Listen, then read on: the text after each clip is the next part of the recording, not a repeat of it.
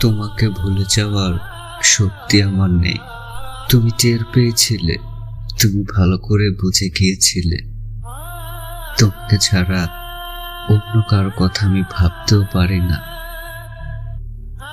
তুমি খুব ভালোভাবে বুঝে গিয়েছিলে তোমাকে ছাড়া আমার বেঁচে থাকা দায়। তোমাকে ছেড়ে দেওয়ার শক্তি আমার নেই, সেটা তুমি বুঝে গিয়েছিলে। তাই তুমি দিনের পর দিন অবহেলা করতে শুরু করলে।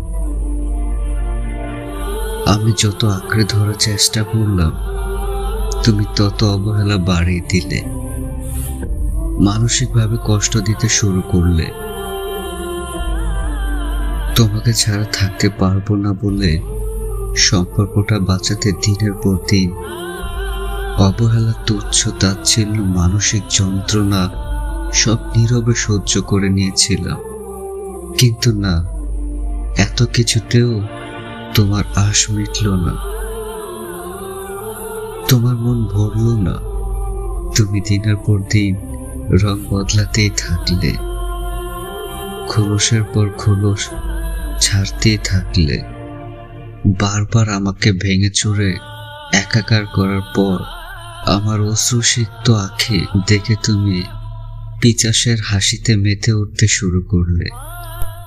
আমি একটু একটু করে নিজেকে বোঝাতে শুরু করলাম, তুমি হয়তো আমার ভাগ্যে নেই।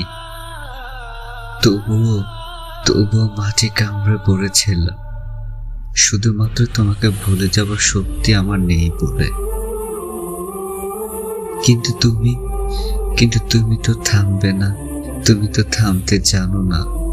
আমার প্রতি তো তোমার ভালোবাসাই ছিল না, যেটা ছিল সেটা ভালো লাগা, সেটা মোহ। তাই ভালো লাগা আর মোহ কেটে যাওয়া মাত্রই তুমি মানুষ থেকে অমানুষ পরিণত হয়ে গিয়েছিলে। একদিন হঠাৎ করে তুমি নতুন কাউকে নিয়ে এলে, আমার চোখের সামনেই অন্য কাউকে ভালোবাসতে শুরু করলে। সহ্য করতে পারছিলাম না, একদম না, একদম সহ্য করতে পারলাম না। আর সেই মুহূর্তে তোমাকে ছেড়ে দিয়ে ফিরে আসলাম। কারণ কি জানো?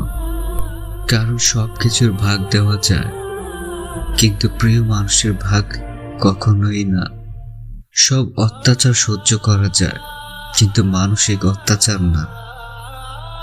সব অপমান সহ্য করা যায়, কিন্তু নিজের অস্তিত্বের অপমান সহ্য করা যায় না। সবকিছু বিসর্জন দিয়ে বাঁচা যায়, কিন্তু ব্যক্তিত্বের বিসর্জন দিয়ে বাঁচা যায় না।